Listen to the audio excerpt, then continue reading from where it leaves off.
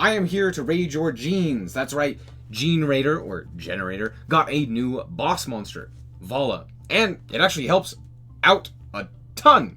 Let's talk about this deck. Hello guys, and welcome back to another cold episode. On today's episode, we are talking about Generaider. Generaider got some new support in the most recent set, and yeah, Vala is a powerhouse. However, that wasn't the only card that they got. They also got access to Leviathan. Leviathan is also a very good card. So let's talk about the deck and the overall game plan for the deck. Starting off with the actual old ones, or the old generators, not the old ones. That's a different thing. The generators got basically their game plan centers around boss stage. Boss stage gives them the ability to special summon out one of their big guys, and gives them access to a bunch of tokens to use as tribute fodder for all of their effects. On top of that, they then have powerful on-field or on-summon effects in order to disrupt the opponents. So basically the idea is get boss stage, win the game. Now, however, there's a bit more that they can do, thanks to Vala giving them access to a rank 9 more efficiently. So let's talk about Vala. Vala, if you control, you can only control one Vala. All of the generator level 9s do the same thing. You can only control one of them, which makes them unique. On top of that, you can only use the following effect once per turn. If this card is in your hand or graveyard, you can send one other generator card from your hand to the grave to special summon this card, but banish it when it leaves the field. Also, if it is special summoned, you can special summon a generator monster from your hand or graveyard, except itself. Which means that, basically, if you pitch something like another level 9, you are then able to special summon it back from the graveyard to immediately go into a rank 9. Now, luckily, VFD is banned in every format, which is very nice. But yeah, honestly, this is a great thing. This means that we can now go into Leviathan. Let's talk about Leviathan real quick. You can only control one of it. Pretty standard. Monsters your opponent controls lose 1,000 attack and defense. Just inherently. Cool. So it being 25/25 does make a bit more sense. Quick effect. You can tribute this Xyz summoned card in order to special summon one non-fairy Generaider Xyz monster from your extra deck. Also, you can then attach cards from any field and or grave to that special summon monster as material, up to the number of materials that this card had. So notably, this is all in the same effect, meaning that you get the summon and then you attach, meaning if your opponent were to, say, activate an effect in the graveyard, like a tier to fusion summon, you can then activate this effect and attach that tier, making the summon fizzle, or activate without effect, or resolve without effect.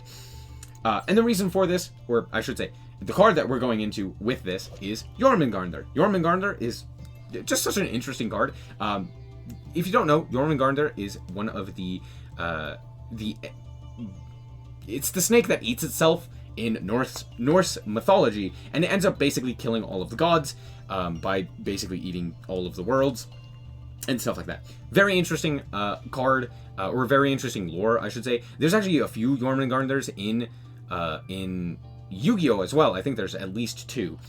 But yeah, basically what this does is with Leviathan, you're able to then eat cards with Jormungandr. Very cool. Jormungandr also has the effect where you can only control one of it. It gains attack and defense equal to its material, and you can detach a card. Each player draws a card, then each player that drew a card attaches one of those cards from hand or attaches a card from their hand or field to this card. Meaning, basically, you detach a card, both you and your opponent draw a card, and then you're able to make it basically 3,000.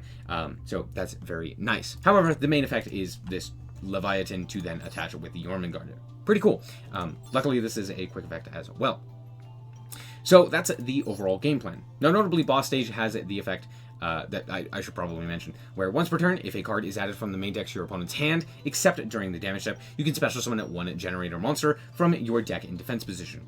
If you special summon a generator monster during your opponent's turn, you can then special summon tokens up to, or as many as possible in attack position, and then destroy them during the end phase. So, hey, that's pretty good.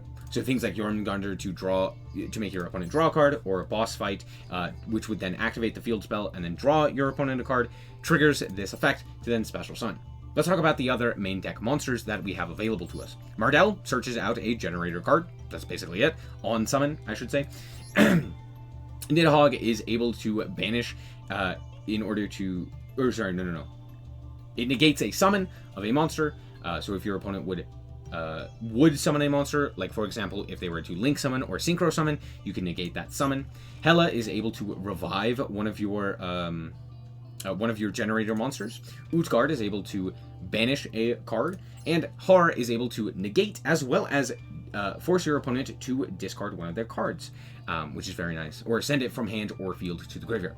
So this means that you're able to not only set up a negate, but if your opponent adds a card, except during the draw phase, to their hand, similar to how like Droll works, they have to send one to the graveyard. I guess a better example is like Gossip Shadow.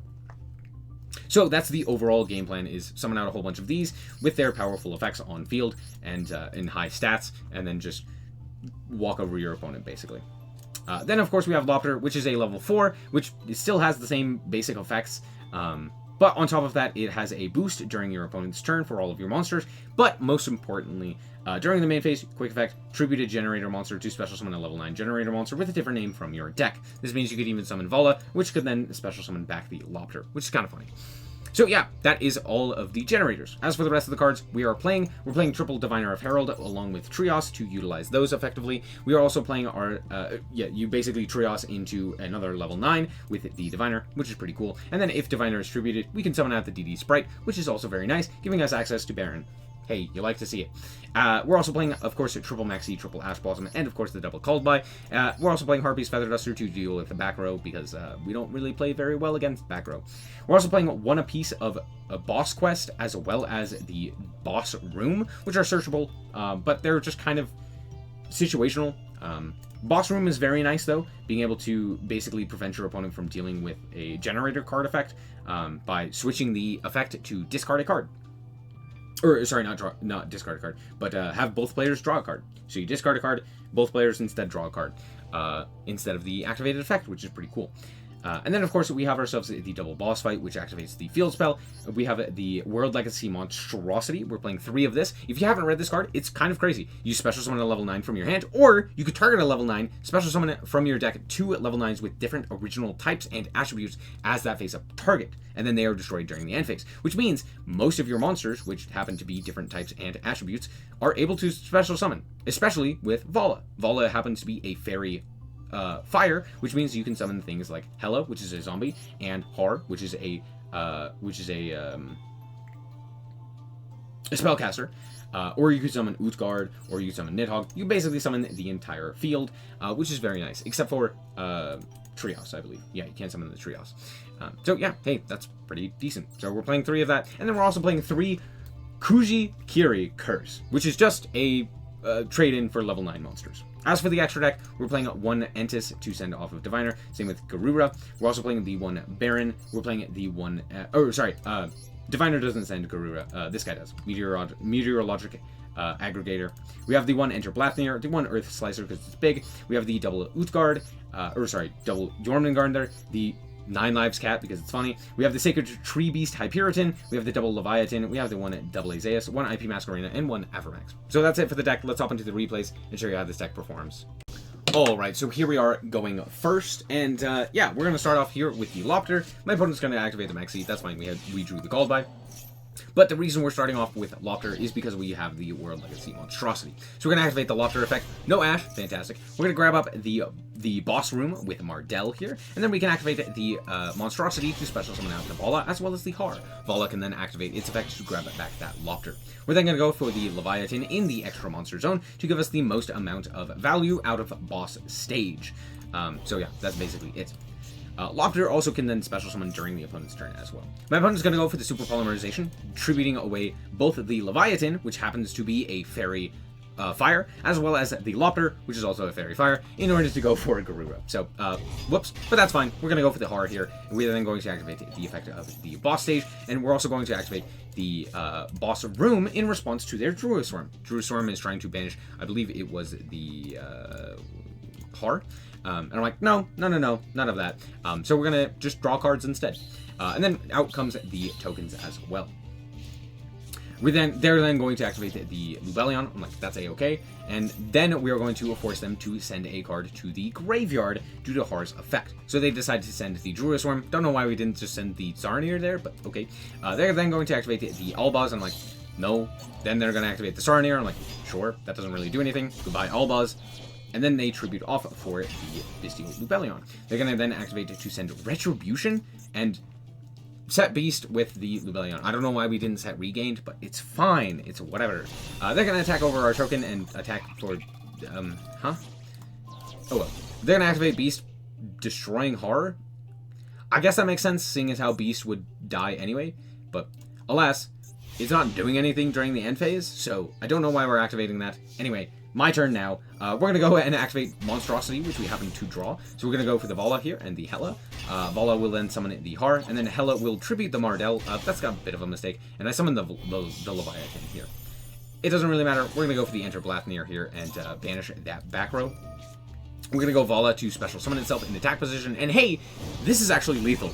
Yeah, just a bunch of big bunguses. I end up tributing away the field in order to negate it because I don't want them to draw into something that could potentially stop me here. So I just negate it and proceed to battle. And yeah, it was well over lethal, so good game.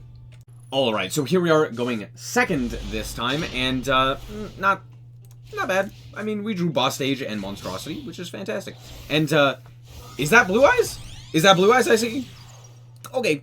Out comes the Link Karibo. They're going to then fuse with Polymerization to go into Shia. Okay, we're playing Dragon Maid Blue Eyes. What the heck is happening? Okay, sure. They have a singular negate and Jet Dragon. Now, Jet Dragon is notoriously annoying, but we actually really don't care about it because we're just going to eat it anyway. We draw into Utgard, which sucks, but that's fine, whatever. Not really anything I can do about that.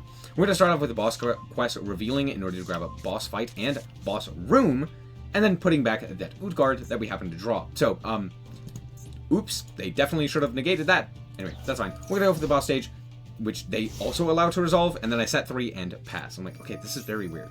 They draw, they're going to activate the Shio, and I'm like, okay, cool, that's the end of the game, because now we get to go for the boss room. Boss room does happen to give us the ability to switch out that effect by simply discarding a card, and now everyone draws a card. We draw Diviner, which is very funny, and we're going to go for the Vala here, to the which they will actually Forbidden Droplet, which is not good for me. Whoops. Shouldn't have gone for Vala, should have just immediately gone for the Har.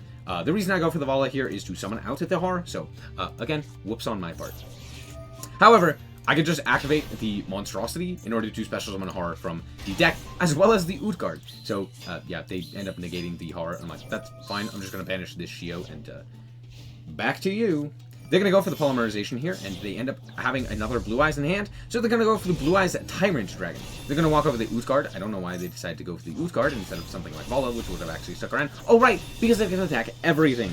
It's fine. Out comes the Jet Dragon. They're going to punch for 33, and I'm like, that's fine. Do you want to know why? We have Diviner as well as Trios already engraved. We draw another Diviner, which is very funny. We're going to send the other Trios because why not? And out comes the Trios. We're then going to summon out the DD Sprite. And now we can go for the Vala. Hey, Vala's in the graveyard. So we're going to activate the Vala effect in order to summon it itself, as well as the Horror from the deck. We're then going to go for the Leviathan using the 2 that would have been banished by their own effects in order to go into the Leviathan.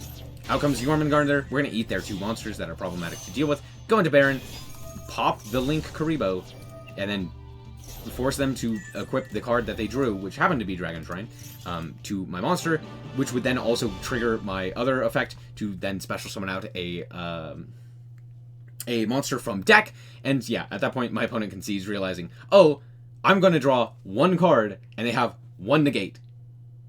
Good game. Alright, so here we are once again going first, and this time I think we're going to start off with the Kurikiri. And then we can go for the Diviner here. We didn't draw anything too great, but this does allow me to go for the Trios here. We're going to activate the effect to go for the DD Sprite. And now we have the Vala in the graveyard, which is actually great for us, because we're going to pitch this Lopter that is sitting uselessly in our hand to go for the Vala. We're going to activate the Vala effect in order to summon back the Lopter. Lopter can now go for Mardell. Mardell then searches out the Boss Quest. Boss Quest is then going to put back this Horror that is uselessly sitting in our hand to grab up the boss stage as well as the boss room. So now we have boss fight, boss stage, and a boss room. Boss room, boss stage, as well as the multiple level 9s. So we're going to synchro for the Baron first, and then go into the Leviathan. And we specifically use the Mardell as well as the DD Sprite there for the Baron, because those 2 would have gone, the other 2 would have been banished these two would have been banished had we used them. So instead, just put them under an Exe, and now they won't be banished. So we're going to set to activate the boss stage and pass the turn. So we have the negate, we have the ability to eat 2 cards, and the second negate with Har and the tokens. So I'm feeling pretty good here. This should basically be game over. My opponent is going to start with the E emergency call, grabbing a Blaze Man. Okay, very interesting. I'm going to force them to pitch a card. They pitch Malicious Edge. Interesting. Then I'm going to go for a Hero Lives for Blaze Man. Blaze Man is then going to search out the polymerization. They're going to normal summon another Blaze Man. And that's right, Blaze Man and Avian. Now look, this is obviously not a very good duel in terms of power level dynamics, but it does give you a showcase of what you can ultimately do with this deck and what kind of your goal is. Setting up the Leviathan, you can make the Baron with things like Diviner, going for Mardell, stuff like that. So I do feel like this replay is pretty nice, but it's also just funny. So there you go. They go for the Sunriser, to which I will promptly negate their effect. And then they just reveal that they have the Miracle Fusion in hand, and I'm like, what the? We're going to promptly negate that as well. They're going to go to the battle phase, crash in, and realize that they still don't have the ability to die. So they just pass. Whoops. I draw Maxi for turn, and we're going to tag out here for the Mardell. Mardell effect is then going to start the Vala. We're then just going to switch everything to attack because I don't like wasting time. And yeah, we're just going to proceed to battle and deal lethal damage. So there you go. Good. Well, it was a game. Alright, and here we are back with the deck. And in all honesty, this deck is pretty bad, I'm not gonna lie. It is horribly inconsistent. Hey, it turns out playing a whole bunch of really high level monsters that don't really have a great way of special summoning themselves doesn't work out all that well, and relying very heavily on a field spell also isn't great. However, I do really like the style of this deck's interaction. Leviathan is a very interesting card, and Jormungandr is literally one of my favorite characters in all of fiction. It is genuinely so interesting. So I really do like the way that this specifically interacts by eating cards, as it does in most fiction that it is incorporated in, which is really cool. I think that is great theming, and honestly one of the best cards and one of the best interactions in all of Yu-Gi-Oh! Everything else is kind of mid. It's just kind of there, chilling, doing its thing. Like, horror's cool. Hey, get that card that you just searched out of your hand, or a different one. That's also fine. Yeah, you can pitch Happiness. No, that's totally fine. No, yeah, you can fusion summon. Whoops. Or you could just be like, oh, negate. Which, hey, negates are cool. But yeah, honestly, I like the idea. I think it's pretty nice. I just don't think it's crazy. But the new support really does help this deck a lot. This deck really did need a lot of help because previously it was just boss stage and a prayer. But now I believe Kuji-Kuri Curse, which I believe is from the most recent set as well. I'm absolutely lying to you. Whoops. Yeah, Kuji-Kuri Curse is a great addition, as well as the Vala. I believe this is relatively new.